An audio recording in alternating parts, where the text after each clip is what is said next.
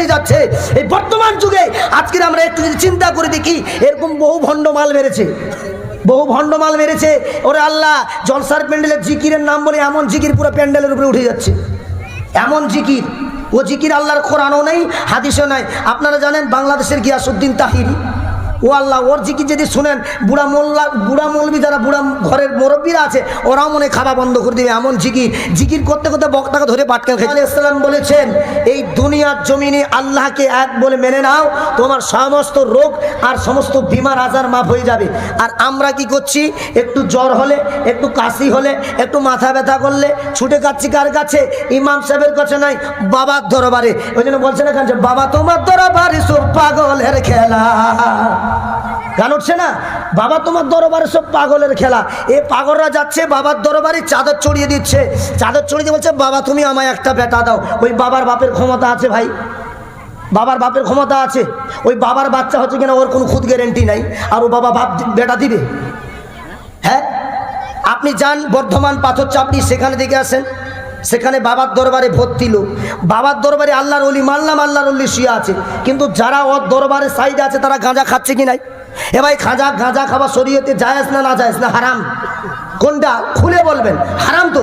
তাহলে বাবার দরবারে একজন আল্লাহর ওলি শুয়ে আছে, বাবা আমি মানলাম আল্লাহর ওলি, কিন্তু আল্লাহর ওলি যখন শেষে আল্লাহর ওলি বলে গেছে গাঁজা খাবি তোরা এখানে বসে বসে, বলেছে মুতে পানি লিবিনি, চুলে ছোটা ছোটা লাগাবি, এই বড় বড় চুল সব ছোটা, বাপরে বাপ, এমন হুক্কা টানছে, কার পা উপর দিয়ে বাঁধা আছে, ঘাট নিচর দিয়ে। আমাদের দিকে ডিজিটাল জামানা চলতেছে, ডিজিটাল জামানা। ও ভাই, এই কুসংস্কার থেকে সাবধান হয়ে যান, এই কুসংস্কার দিয়ে দূরে চলে যান। এই কুসংস্কার দুনিয়ায় আমার ইমানটাকে বিক্রি করে দিচ্ছে, এই কুসংস্কারে আমার দুনিয়ায় ইমানটা শেষ হয়ে যাচ্ছে এই বর্তমান যুগে। আজকের আমরা একটু যদি চিন্তা করে দেখি, এরকম বহু ভণ্ড মাল মেরেছে, বহু ভণ্ড মাল মেরেছে। ওরে আল্লাহ, জলসার প্যান্ডেলের জিকিরের নাম বলে এমন জিকির পুরো প্যান্ডেলের উপরে উঠে যাচ্ছে, এমন জিকির। ও জিকির আল্লাহর কোরআনও নেই, হাদিসও নাই। আপনারা জানেন বাংলাদেশের গিয়াসউদ্দিন তাহিরি, ও আল্লাহ, ওর জিকির যদি শুনেন বুড়া মৌলবি যারা বুড়া ঘরের মুরব্বীরা আছে ওরাও মনে খাওয়া বন্ধ করে দেবে, এমন জিকির করতে করতে বক্তাকে ধরে পাটকেল খেয়েছে স্টেটের উপরে। আমাদের পশ্চিমবাংলায় মাশাআল্লাহ নাই, ভারতবর্ষে মনে হচ্ছে নাই, দেখিনি। এই বাংলাদেশে আপনি যান, স্টেটে হুজুর বক্তব্য দিচ্ছে, একটু ভালো করে সুর দিয়ে টান দেওয়ার সঙ্গে সঙ্গে ও ভাই পাবলিক ছুটেছে, ঘাড় ধরে বক্তাগুলি পাল্টি খেয়ে গেল, কি নাকি আল্লাহর দিদার পেয়ে গেল। মাথা খারাপ, এমন মার পড়বে কবরে গেলে আল্লাহ দিদার একবারে ভুলে যাবে। আমার ভাইরা,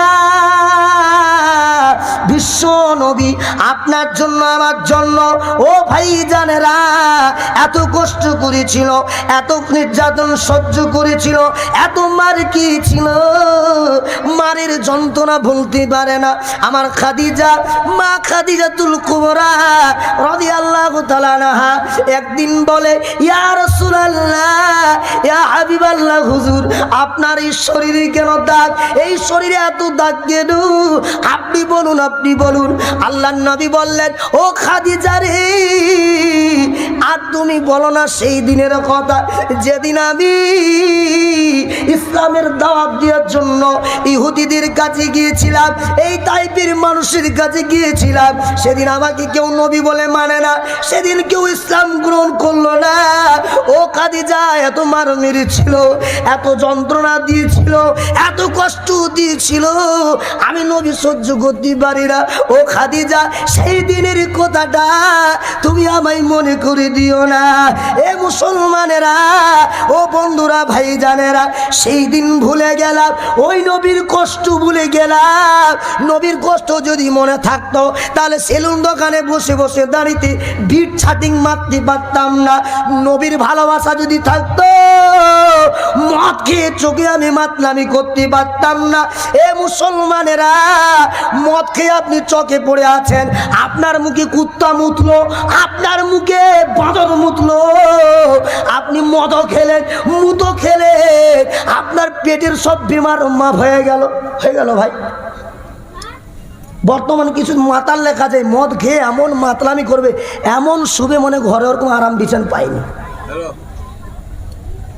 আমি আমার ঘরের কথা বলছি, আমি ওই খালসুলি বাবুন্দানাতি বার হয়ে বল্লার চোখ যাচ্ছি, একটা মাতাল মদ খেয়ে রাস্তার হাফ মাঝে শুয়ে আছে, মানে হাতি গাড়ি ট্রাক্টর এলে ছেতরে দিয়ে চলে যাবে, পাবলিকের দোষ বলে মেরে দিল। আমি দেখলে চিন্তা করছি মালটা হয়ে মরে গেছে, অ্যাক্সিডেন্ট হচ্ছে। আমি দাঁড়া দিয়েছি, আমার আব্বা বলছে দাঁড়ার দরকার নেই।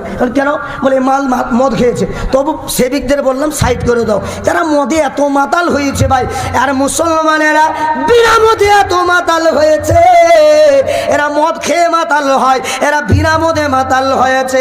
যদি বলেন কেন, আজ যদি সরকারের কানুন হয়, আজ যদি আমাদের পার্টির তরফ থেকে স্লোগান হয়, পার্টির তরফ থেকে যদি আলোচনা হয়, এই বেনাসুলির বাস স্ট্যান্ডে একটা ধর্মের একটা আপনার কি বলে এটা একটা অনুষ্ঠানের কোনো সভা হবে, একটা কোনো পার্টির সভা হবে, বেনাসুলির একটাও ভাই খালি থাকবে না, বেনাসুলির একটা লোক থাকবে।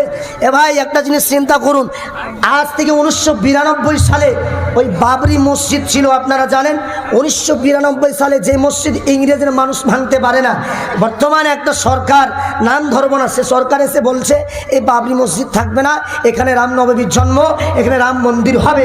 ও ভাই আমরা দোষ দিচ্ছি তাদেরকে যে আমাদের মসজিদটা ভেঙে দিল। আমি আপনি আগে বিবেক করি, এই দোষটা তাদের না আমাদের? দোষটা কাদের? যদি আমাদের থাকতো, যদি তাদের থাকতো তাহলে আমরা দোষ দিতে পারতাম, দোষটা আমাদেরই আছে। এই জন্য দোষ যে এত বড় মসজিদ করলাম, আমরা নিজেরা খুদ নামাজ পড়িনি, আমার মসজিদ কি হচ্ছে সেটার খোঁজ নেই বা তাদের। বাবরি মসজিদকে ভাঙা হয়েছে, বেনাসুলি চক, খড়গপুর চক, মেদিনীপুর চক পোস্টালে লাইন দিয়েছে, কি হচ্ছে আমাদের বাবরি মসজিদ ভাঙছে। এ মুসলমান, আজ তোমার বেনাসুলি আর ঝাড়গ্রামের আরেকটা মসজিদে যাও, 5 ওয়াক্ত নামাজই পাওয়া যায় না, পাওয়া যায় নামাজই পাওয়া যায় না। নামাজ পড়ার জন্য যদি বলা হয়, বলে আমার এখন বয়স হয়নি, এখন আমার বয়স হয়নি, এখন টাইম হয়নি, এই তো সবে মাত্র আমি জোয়ান হলাম, এখন পোতাপতি হোক, চুলদাড়ি পাকুক, তারপরে তো। ও ভাই জানেরা, মালাকুল মউত যেদিন আসবে আপনার আমার জান কওয়াজ করার জন্য, যেদিন আমার আপনার রূহ বার করার জন্য আসবে, ওই দিন কি আমি আপনি ওই মালাকুল মউতকে বলতে পারবো, ও মালাকুল মউত দাঁড়িয়ে যাও, আমি এখন যাব না, এখন যাব না, কারণ এখন তো আমার সময় হয়নি, এখন তো সময় হয়নি। ভাই রে,